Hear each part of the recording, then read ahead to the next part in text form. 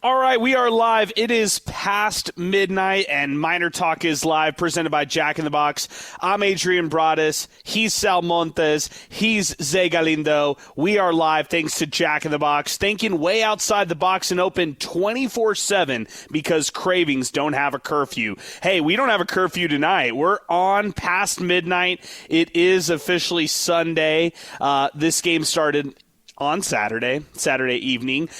Jack in the Box is still open, by the way. So if you're looking for a late night snack, if you want to catch up on some munchies late night with us here on MinerTalk, make sure you check out Jack in the Box. Any of their locations open 24/7, 365. That's Jack in the Box, our presenting sponsor here on MinerTalk as we get things started. Hawaii beats UTEP 66-61. Wasn't a surprise that UTEP lost this game.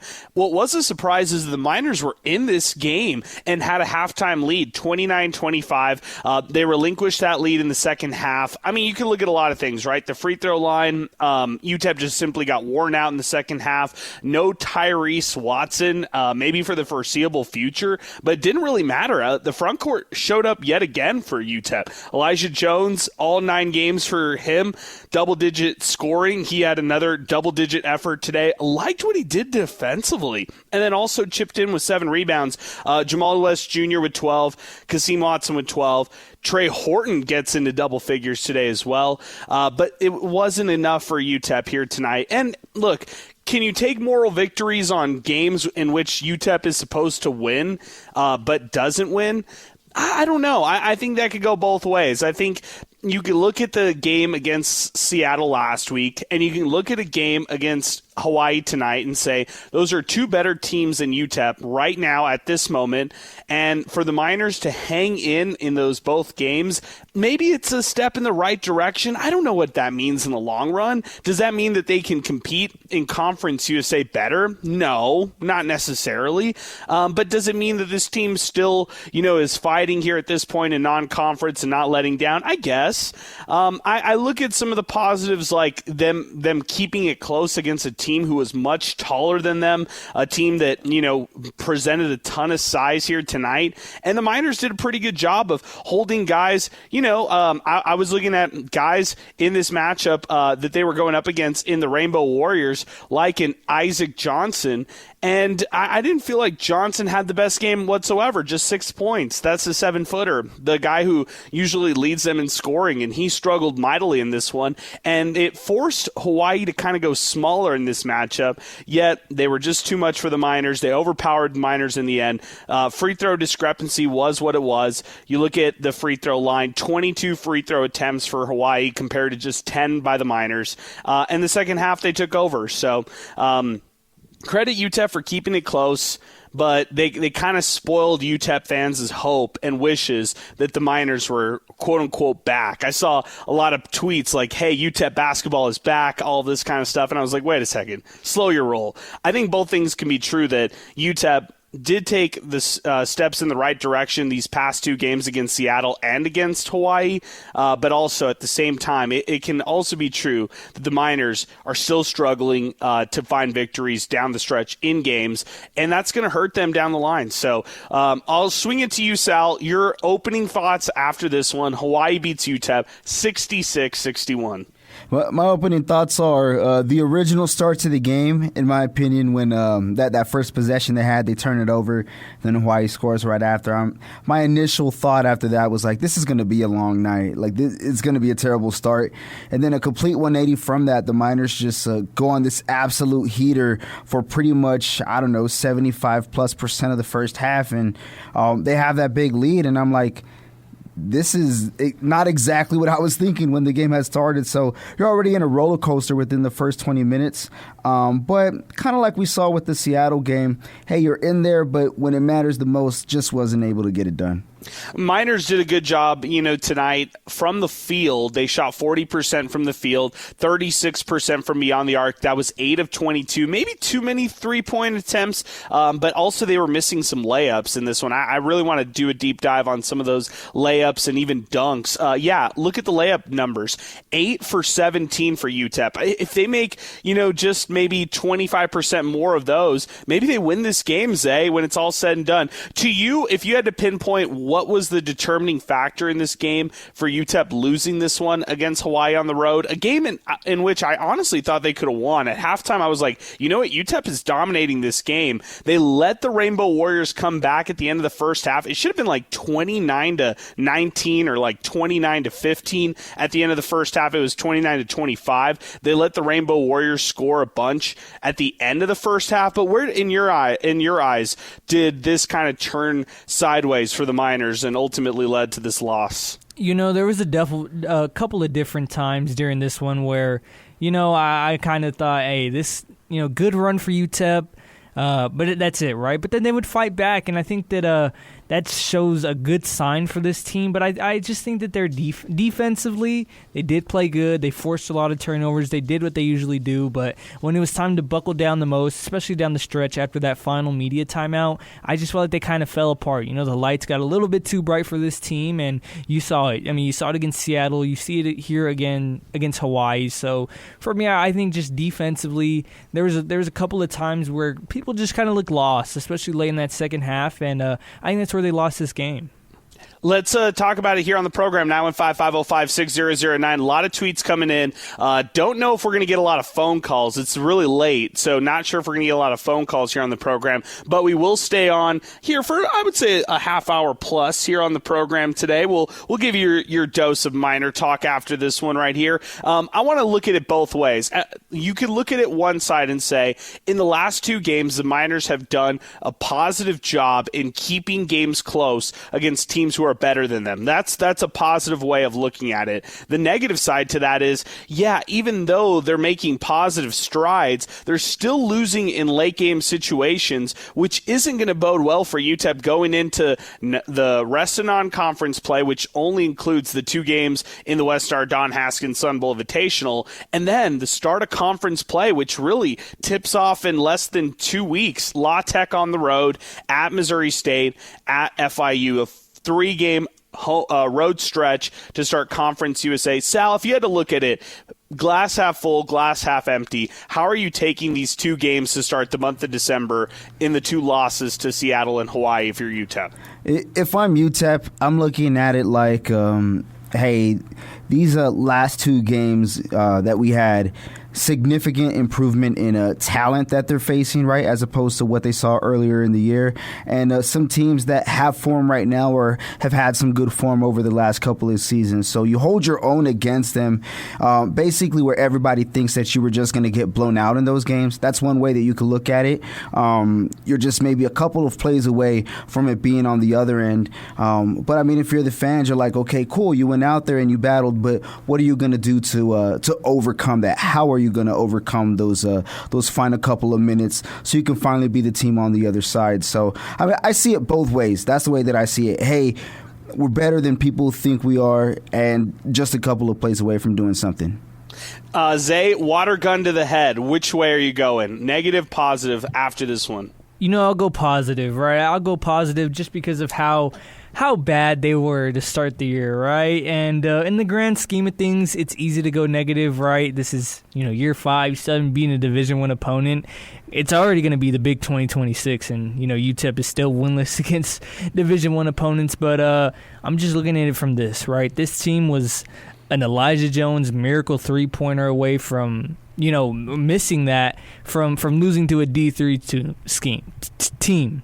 And now, you're going head-to-head with a good Hawaii team who I think we'll see play a bit bigger role in March. So I'm going to go positive here. They're getting better. You can see it on on paper and when you're watching the game itself. And I think that I got to go positive here. Even though, a lot of me wants to go negative. But they looked good tonight, right? They looked good for spurts. Yeah, I would say that I thought Hawaii was going to dominate this one. I expected the Rainbow Warriors to go out there and crush UTEP, especially with no Tyrese Watson. I was really worried with their lack of guard play that's been positive over the last couple weeks, and now dealing without Tyrese Watson. But maybe, it freed up more playing time for guys like Caleb Blackwell to finally get going. Look, 7 points doesn't feel like a lot. He fouled out in this one as well. But I like the 4 rebounds. I like the 2 steals, and even though he had 3 turnovers, he did have 3 assists in 29 minutes of action. So positive step forward for Caleb Blackwell. Trey Horton, I like the 10 points. He hit a trio of 3-pointers in this one as well in 24 minutes of action in this game. And then KJ Thomas, a pair of 3-pointers himself. So he finishes the game with 8 points. You're getting production from guards that you really haven't had production from. Really, you can make an argument all season long, Zay. And for those 3 guys, Caleb Blackwell, Trey Horton, and KJ Thomas, I thought they took a step forward here in this matchup today. I agree, and I have a hot take that I'll save for after the Sun Bowl Invitational, right? Because I think the guards look good today. I think the guards look the best that they've looked in a while.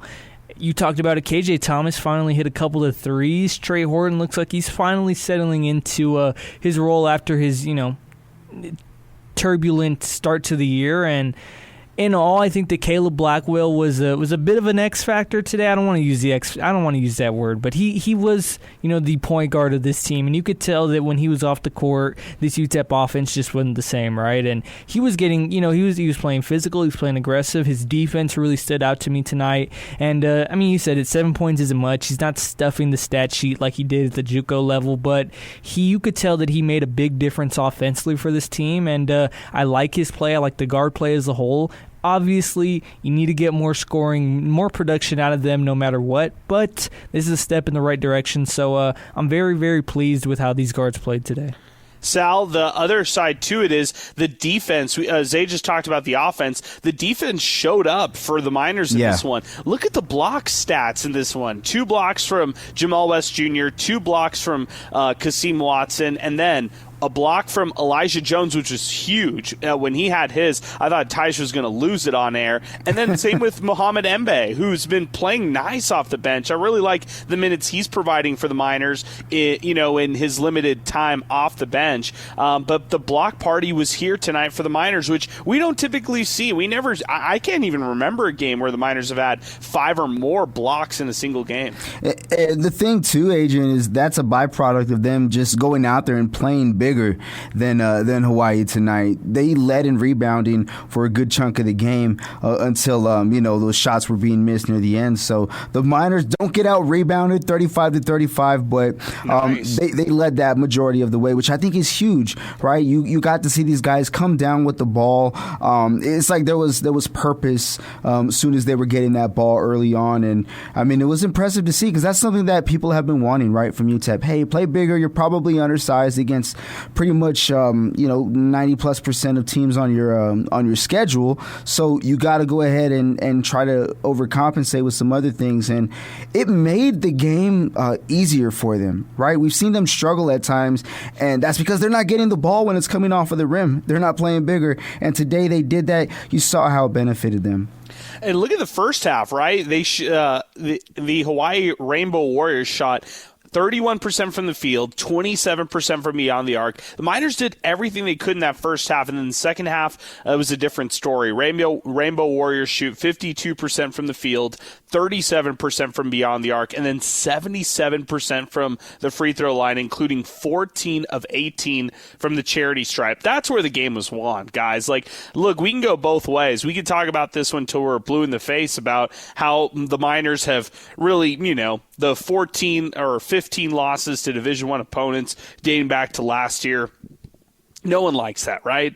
Those stats are terrible. The fact that they're 0-6 against Division I teams. I'm not going to take really a lot of positives away from a loss like that.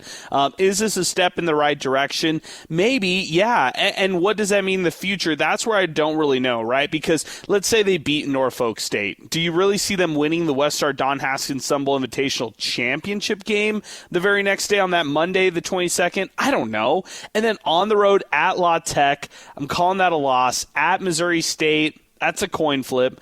And then at FIU, that's a loss right there. So, in the next 5 games or so for the Miners, we could be seeing maybe 2 victories out of those next 5. And what does that mean for UTEP right there? That means going and being a 5-9 team, really turning the page going into 2026. Zay, any thoughts on that? If you really had to look at the schedule ahead and try to piece together more wins for the Miners, I just don't know where you're going to find them. Yeah, it's tough to do, right? And you talked about that tough conference slate to open up the conference here, right? You got to go on the road 3 straight games. And, I think Missouri State and FIU are winnable, but any road conference game is going to be tough, and we know how bad UTEP has been historically, especially these last couple of years on the road in conference play. So you're right? It's hard to piece together wins, which makes tonight's loss a little bit more sour because, we've talked about it. They could have won this game. They really had a shot, and I think we find ourselves talking about could have on this show a lot because UTEP is there and they're just not putting it together down the stretch, and that's disappointing. So it's going to be hard to piece together wins going into the new year, but hey, you got to do what you got to do and get a win against Norfolk State when you have that shot and give your chance to play for a championship. They can really throw the sink at the championship game if you get there, right? Because that could really change your whole season. Let's go to some comments here on Twitter and X here, and thanks to everybody who chimed in with us on a late-night Miner Talk. Guys, we haven't had a 1 a.m. Miner Talk, it feels like, since the UTEP football team went into shambles, and we had late-night UTEP football games that spilled into, midnight and maybe 1 a.m. So it's been a while since we've done this. I feel a little rusty when it comes to doing a past-midnight Miner Talk, guys. But nonetheless, we appreciate all the comments that we've gotten on this one here on the program already.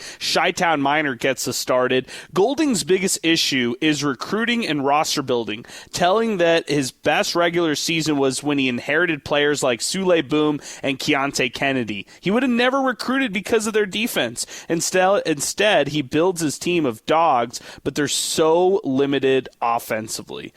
Interesting one right there. UTEP News, I think a 5-year-old could tell was going to be a better option to have in the game than Trey Horton. Joe Golding doesn't see it. And then Chi-Town Miner with the follow-up. Guys, this year's men's basketball team doesn't have it. They played hard. I like them. But there's no go-to scorer. Maybe Tyrese Watson if he wasn't hurt. Maybe we'd have a better offense if assistant coach Steve Green didn't retire preseason. It's a team of solid role players trying their best. I'll keep cheering. #MinerTalk. Sal, your thoughts on Chi-Town Miners? 2 different posts there, and I think the last one was pretty intriguing right there. What was the first one again? Well, the first one was pretty much talking about his biggest issue being recruiting and roster building. The second one talking about really no go-to scorer and no real offense for them.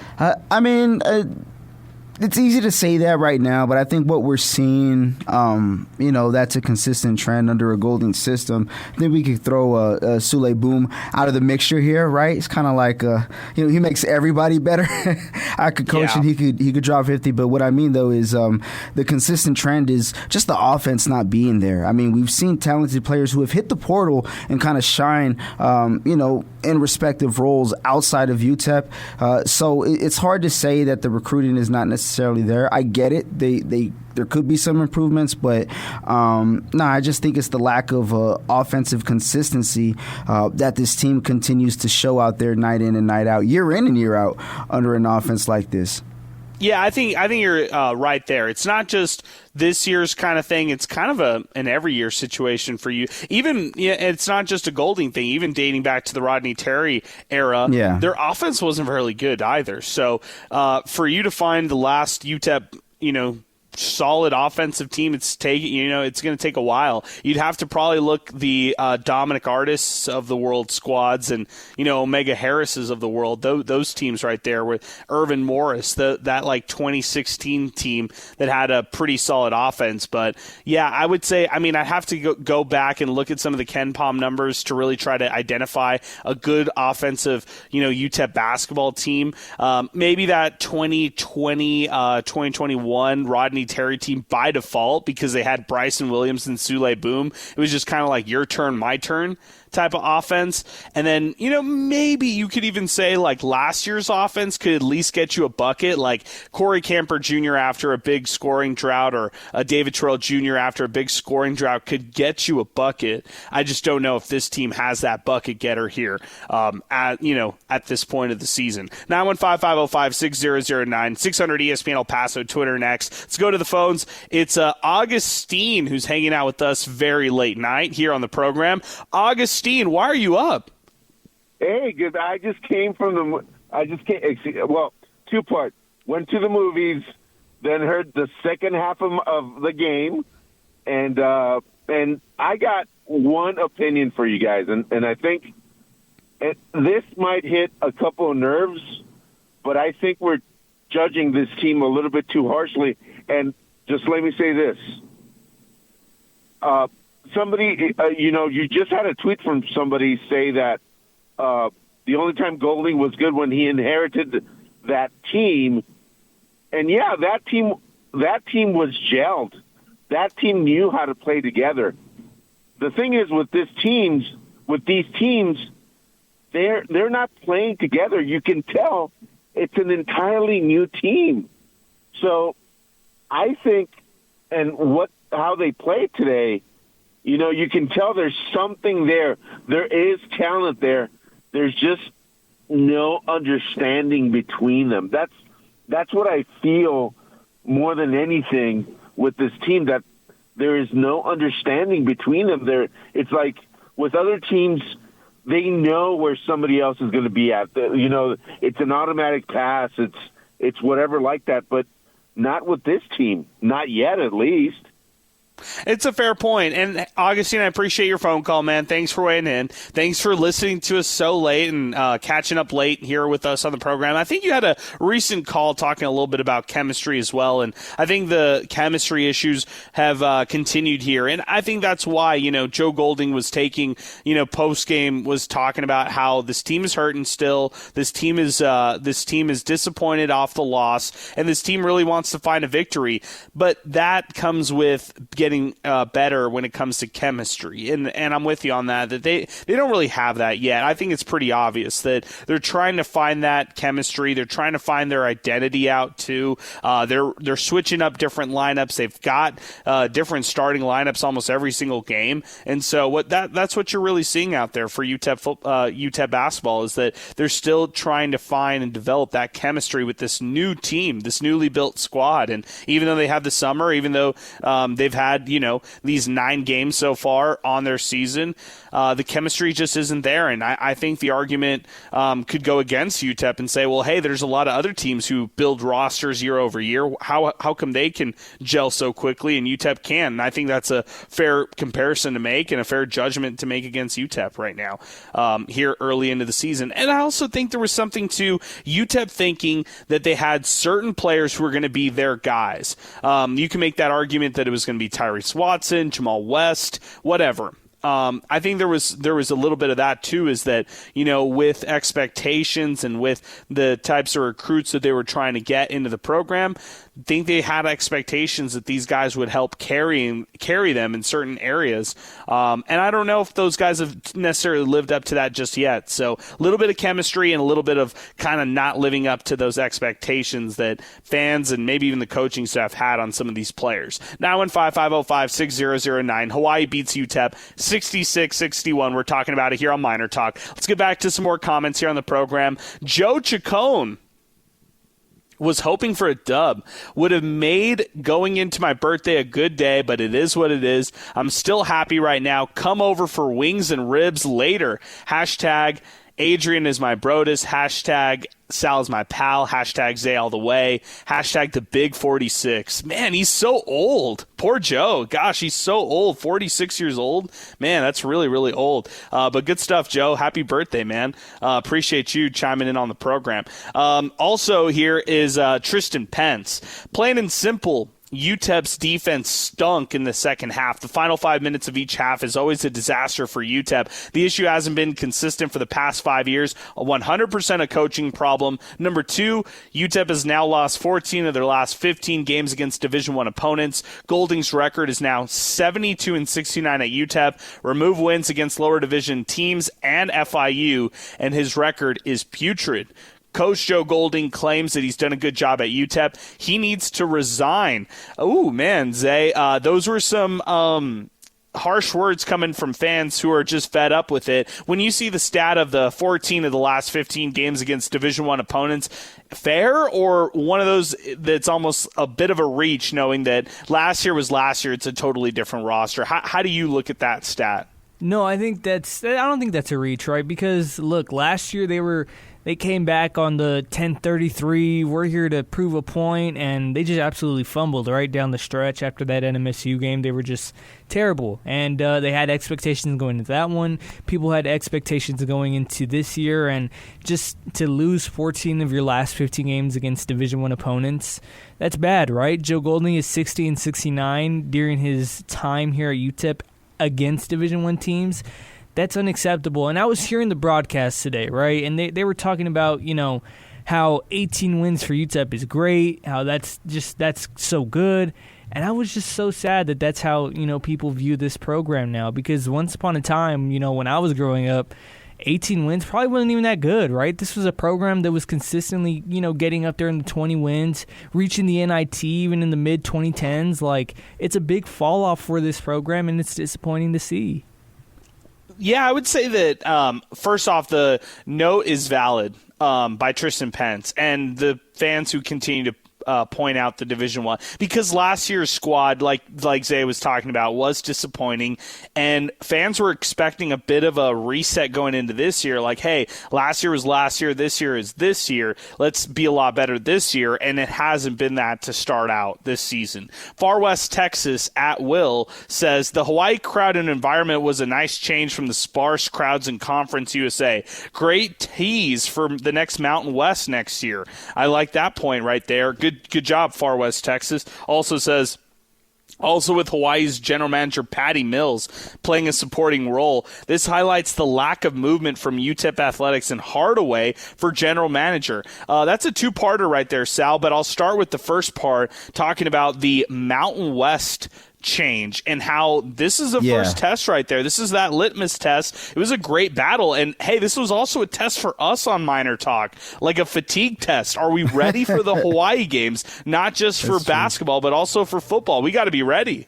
Oh, man, no, bring it on. I don't care because it's going to be a lot of fun, right? And we're also going to get more traction on it. There's going to be more people watching it on TV because guess what? It's actually on TV. That's an amazing thing. So I'm thrilled about it. The closest thing I could think of, and it's not exactly this. I mean, it's kind of more layers to it than just, hey, you're in the same conference. But it felt a little bit like listening to a New Mexico State game, just a little bit, right? If this is just the tip of the iceberg, I can't wait to see what else there is in the Mountain West. And also, while we're on the topic, I understand of the free throw disparity, but at least for a good 30 minutes, I was like, this is Mountain West officiating. I love it. They're letting them play. So I was all in, man. I can't wait. Zay, the second part of that, talking about general manager. First off, do you know that Patty Mills was the GM for Hawaii? I had no clue. Shout out Patty Mills, San Antonio Spurs legend, NBA 2K legend. I don't know if anybody plays 2K like maybe 18 or something on the blacktop. I would draft Patty Mills, and he's like a 70 overall, but man, he was so fun to play with. And I did not know he was the general manager of this Hawaii team, but he built out a pretty solid roster. And, that's just the way college athletics are now. UTEP needs to hire Tim Hardaway as possibly their GM. I think they need somebody as a GM just to try to help move the needle for them. And I've been seeing it for a lot of different programs. They'll just kind of get somebody and not really pay them a ton of money, but really get somebody who can help out on the optics side of things. So totally behind that. Good stuff, Will, at Far West Texas. I truly do believe UTEP needs a GM here moving forward. Hey, speaking of just kind of thinking of the past and everything like this, Zay, you swung the stat to me about, former Miner David Terrell Jr., who is balling out right now. And this doesn't feel good. This really doesn't, because I hate to say this and I hate to admit this, but I was hoping, I guess hoping is the wrong word. I was just expecting a little bit of a dip in terms of production from David Terrell Jr. when he transferred over from UTEP to North Texas. Mean Green, better program. UTEP last year depended on David Terrell Jr. I was expecting a bit of a drop-off in production for David Terrell Jr. Instead, this might be the best version that we've ever seen of him on a basketball court. Look at what he's doing so far. He's shooting almost 40% from three-point range. He's making 45% of his two-pointers so far. And tonight, in a loss to TCU, 10-point loss, he had 16 points. He had 2 assists. He had 2 steals in that matchup, and he's had a really productive season for a Mean Green squad who is going to flirt for a contention in the American Athletic Conference right there. So a little David Terrell Jr. corner, and just saying that, man, this guy's shining right now. He sure is, and it's the most unsurprising thing to me. Everybody knows I've been on this David Terrell train from the start, man. The Mansfield Summit legend comes to UTEP as a true freshman, just balls out, and I think that it's disappointing, right? It's disappointing because you knew that this was in him, and he just really could never unlock it here at UTEP, and he's doing it back home in North Texas, and he's balling out, right? Corey Camper had 30 points for Nevada, I think, a couple weeks ago. Like, those two guys, we knew they had it, and it's sad to know that, you know, the best that they did here at UTEP was a loss in the CUSA tournament a couple years ago. Well, also, you look at David Terrell Jr., right? He goes for 160, rumored to go $160,000 to North Texas. Corey Camper Jr. rumors to go $300,000 to Nevada. And look at what Corey Camper is doing right now. 16 points right now a game with Nevada. He's averaging 3 rebounds, 2 assists, shooting 44% from the field. Wow. Against UCSD this past Tuesday, 15 points. Against San Francisco last Friday, 22 points.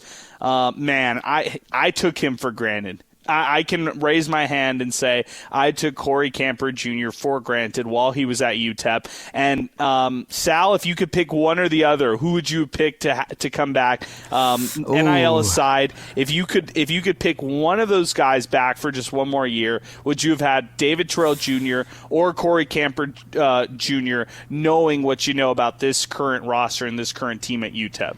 Oh man, that's so tough. Yeah, it's a tough one. I think you know what? I'm gonna go. Actually, it's not that hard. I would pick David Terrell Jr. Oh, me too, and Zay would too. I don't even have to ask. And Zay. the reason why, let me just say this: the style of basketball would be more fitting towards David Terrell Jr., right? You want to see him be that facilitator, kind of be that everything, because we talk about, like, hey, guys getting buckets and all this stuff. Like, there's a little bit more value in what a DTJ could do for sure. Zay, we took them both for granted, man. I feel like a bit of a gut punch right here. It's I don't even know how to describe it very well, but I don't. This one feels very similar to when Sule Boom left UTEP, and I felt like, man, just one more year. If only that would have been the case, and I think it's unrealistic to even expect that nowadays. You know, you're right, and look, like it's a tough feeling. Like, it's like I'm pining for David Terrell to be in a UTEP uniform. Like, I miss it. Like, that was good basketball, man. Like, he was a good basketball player. UTEP fans took him for granted. That's easy. You know, this guy got a lot of hate for being the point guard of this team. But look, at the end of the day, I guess, you know, there was games where it just didn't work, right? Even for Corey Camper, he disappeared in a lot of games offensively for this team last year. And, you know, I think we're seeing him ball out now, right? Maybe it just didn't work in Joe's system, but who does work in Joe's system? I think that's the question that we need to ask. How do you let a guy like Corey Camper? He just, you know, he did play good and he had a couple of solid outings last year. I know he struggled with injuries as well, but how can a guy who's averaging 16, points, shooting 45% for a good Mountain West team struggle in a lot of the games that we had last year here at UTEP? You know, it's a tough question, and I'll never know. I don't think we'll ever know. We're not, basketball geniuses, but something has to give, right? I'm just going to say this, guys. Let's put a pin on it for a while. We get texts about it, but let's not. We've revisited this, I think, the last 2 editions of MinerTalk, or 2 of the last 3 at least. But let's not revisit the David Terrell, Corey Camper Jr. for like a month. Let's give it some time to breathe, and we'll kind of revisit this topic, in about a month or so, and see how, and do a check-in on both guys. Fair? Is that fair? I think we can revisit it in March when they're playing in the tournament against each other. when it's the Mean Green against the Wolf man. Pack in the tournament. That's when whoever wins that one, it's going to be like Jelly Walker against Tyler Perry back in the good Conference USA days. It's going to be like Sule Boom versus Terry, like in the good old NCAA tournament days. Let's talk a little. Let's talk before we wrap up the show here on the program, guys. And I appreciate both of you guys hanging around late here on the program. Let's close it out talking UTEP football. Miners had 2 guys enter the portal today. Want to speak to both of these players because I think it's 2 tough losses again. Portal has really hit UTEP in a bad way this offseason. Let's talk about both of these guys. When it comes to Udoka Izani, that guy was an all-conference honoree who hit the portal recently. And this is a guy right here who, Udoka Izani, really provided a spark at the pass rushing position for UTEP last year. I was going to be really surprised if he elected to stay another year after this past season. The first 6 games were great for Udoka. And then I wouldn't say he tailed off. He just lacked in production the final 6 games. Still somebody who I didn't expect necessarily to come back to UTEP, and now we hear it. 6'2", 230, 600 plus snaps this past year, 5 sacks, 11.5 tackles for losses, 2 forced fumbles, 2 pass breakups, and 1 year left in eligibility for Udoka Izani. Another guy who hits the portal for UTEP. Udoka Izani, he played that, I think, bandit position for the Miners, and he'll warrant a lot of interest in the portal. He's a very versatile piece defensively, and it's another tough loss for this UTEP team who has just lost a lot of production, right? And we can go back and forth on, who we wanted back, who we didn't. At the end of the day, it looks like there's not going to be a lot of guys coming back. So the Boise State transfer is on the move, and this UTEP defense is going to need to really dig deep onto what they have now and into the portal if they want to compete next year, right? Because this defense was the calling card of this team, and they've lost a good chunk of the guys that they called on. Well, you say defense, but what about that offensive line? I think everybody's gone. Like, the whole offensive line's gone. Think about it, right? Center, Ivan Escobar.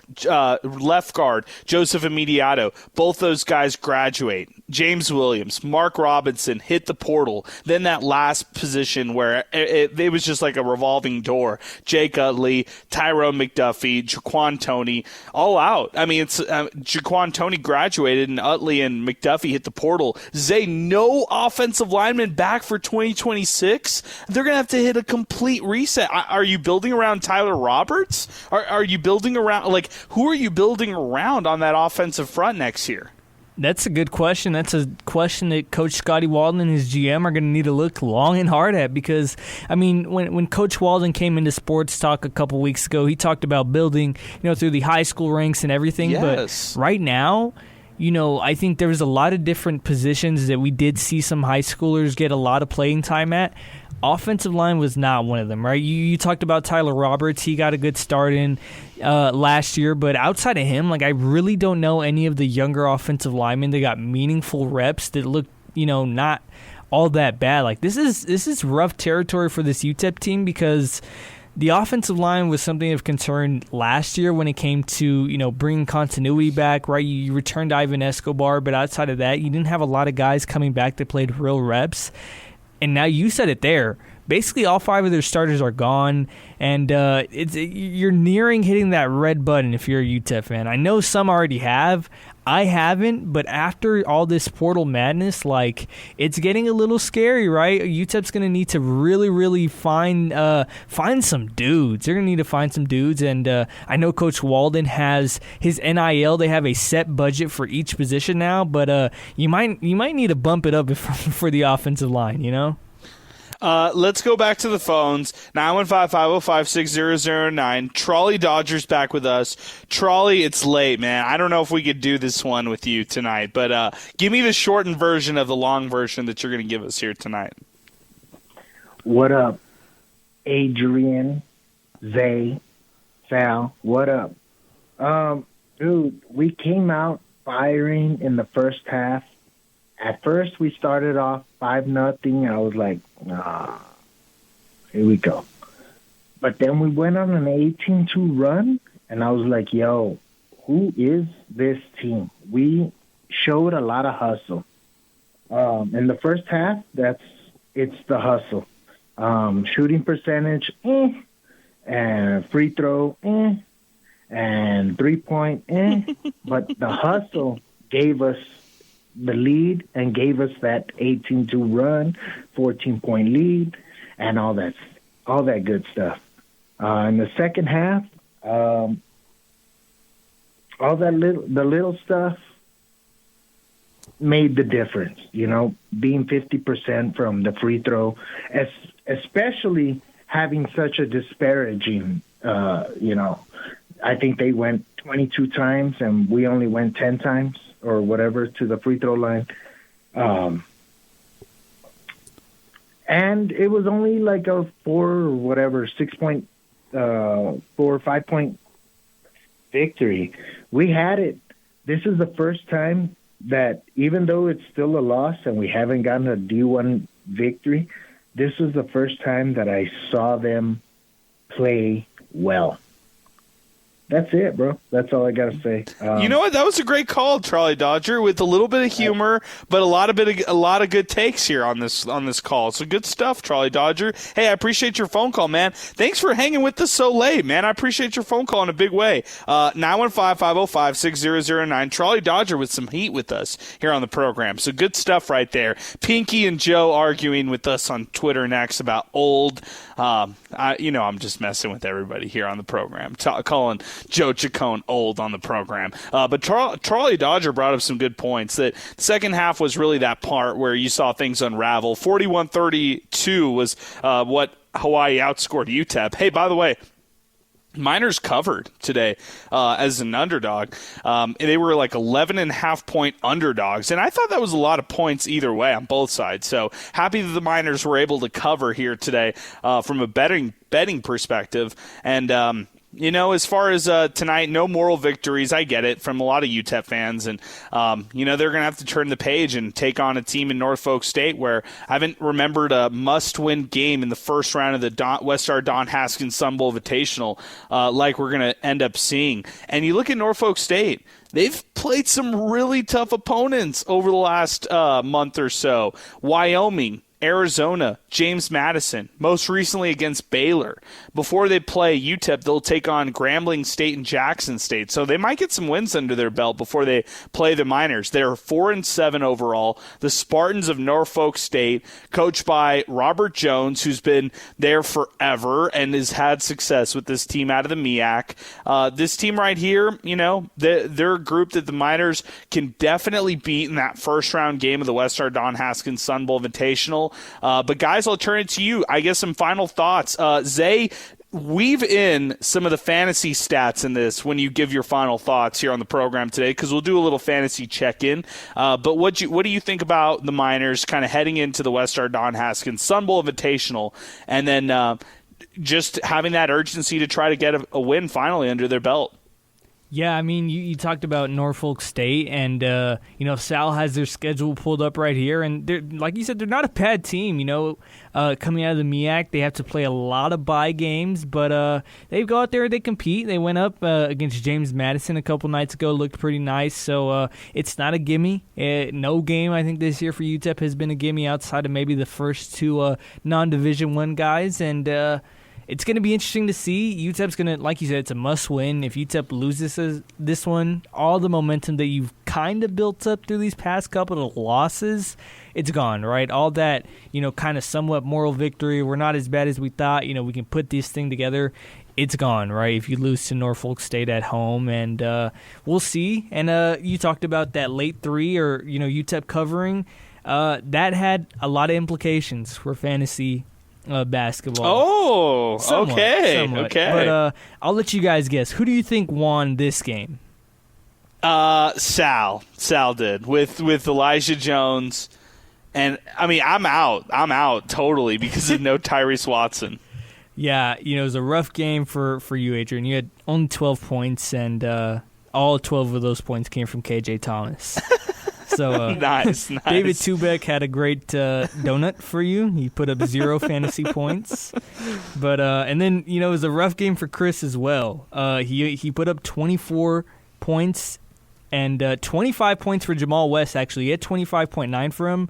But Wow. Cassius Brooks had negative 1.0 points. So, rough game for Chris. And, the winner was Sal. He came in with 50.5 points tonight. 50 burger, nice. Wow. Caleb Blackwell, had a good game for him, 19.3. And then, like you said, Elijah Jones had 23.4. And then the unsung hero, Mohamed Bey, 7.8 points. So Let's go. he Sal gets, low-key again, back-to-back years where he just gets absolute steals. Like, some of the picks, you can make arguments, maybe a little safer. That first one with the way that he was able to get Caleb Blackwell, and then second round Elijah Jones.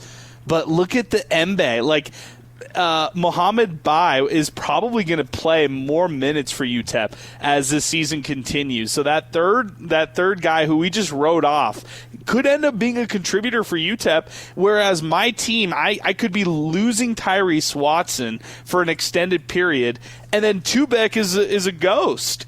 So it might be over, guys. Like, I might have to retire off the fantasy kick after a while. Yep, and for me, I'm in last place still, but I came in second place tonight, 46.5 points, and Nice. Kasim Watson, if he's able to wake up and give me some points like this every game, he had 27 points tonight. I think that's the most out of any Miner, 27 fantasy points. Trey Horton, 17.5. Bobby Montgomery had a bucket in there, only 2 points for him, but things are on the come up for Zay's team, although I am still in last place, and the totals, Sal is still in first place. He has 387 points. Let's go. Chris is right behind him, 374 points. Adrian, you're still in the thick of it, 329 points. But like you said, losing Tyrese Watson's going to hurt. I think by default, I guess you get Jordan Hernandez now. Yeah. I can graduate. No, let me get CJ Smith, because remember, no one drafted him. So you'll get CJ Smith in Tyrese's place, I guess, while he's gone. You have 329, and I'm still in last by a big amount, 241. But I'm on the come up. I'm on the come up. Yeah, it's not over yet. And hey, Slim Reaper, Kasim Watson, starting to turn things around a little bit. By the way, good rebounds from him today. UTEP was right there, even on the glass, and it was because of Kasim Watson in this matchup here today. Sal, I'll give you some final thoughts here from this one as we wrap up the show here on Miner Talk. Your thoughts, Miners 0-6 against D1 opponents heading into this game in the Westar Don Haskins Sumble Invitational against Norfolk State. It's going to be huge, but I think coming off of this game, obviously you don't win, but some takeaways, two things that stood out to me. We mentioned one of them earlier, and that was, just being able to be efficient early in the first half with those, and by efficient, I mean getting stops and scoring, and just playing bigger in that regard. But one thing I like, and we haven't seen this much, is fast break UTEP. Right? Being able to score in transition. They did it in succession numerous times in the first half. That's what started that lead. So if you can continue to do those parts into the tournament, you'll have a good chance. But just got to be real, guys. In theory, right, records-wise, Norfolk State is probably the most likely game that the Miners can get a win on. But if it's North Dakota State or if it's going to be, I'm trying to see who else they have over here, UC Irvine, that's going to be a really, really tough matchup for the Miners. So at best, in my opinion, it's a 1-1. At best. And I think that could even include losing to Norfolk State and then winning that second game. Like, yeah. Honestly, and I wouldn't be shocked if that ends up being the case. We've seen that before, too. We've seen that where UTEP loses that first game and then, wins that second game instead. But still, that would be a disappointment for sure, knowing that Miners are, they won last year in the Westar Don Haskins Sun Bowl Invitational. The year before, they also, if I'm not mistaken, they also won it. So they beat Wyoming, 2 years ago. So they want to make it a three-peat right here. I just don't think that's going to be the case. I think that's going to be an uphill battle right there. But guys, can't thank you enough. You guys hung around late. Sal Montes, Zay Galindo, everybody hung around late here tonight with us here on the program. Special thanks to all the listeners who chimed in through social media, through the phone lines, and then, of course, through our app as well. We're going to sign off here tonight. We're going to say so long. Thanks for listening to Miner Talk. We're back in action a week from today, officially, because today's Sunday right now. It is Sunday officially. So a week from today, West Don Haskins Sun Bowl Invitational, must-win game, Norfolk State. You miss any of the show here today, you can listen to us on demand on the podcast wherever you listen to Miner Talk. For Zay Galindo, for Sal Montes, I'm Adrian Broadus. We're officially signing off and saying so long, and thanks for listening to Miner Talk, brought to you by Jack in the Box here on 600 ESPN El Paso.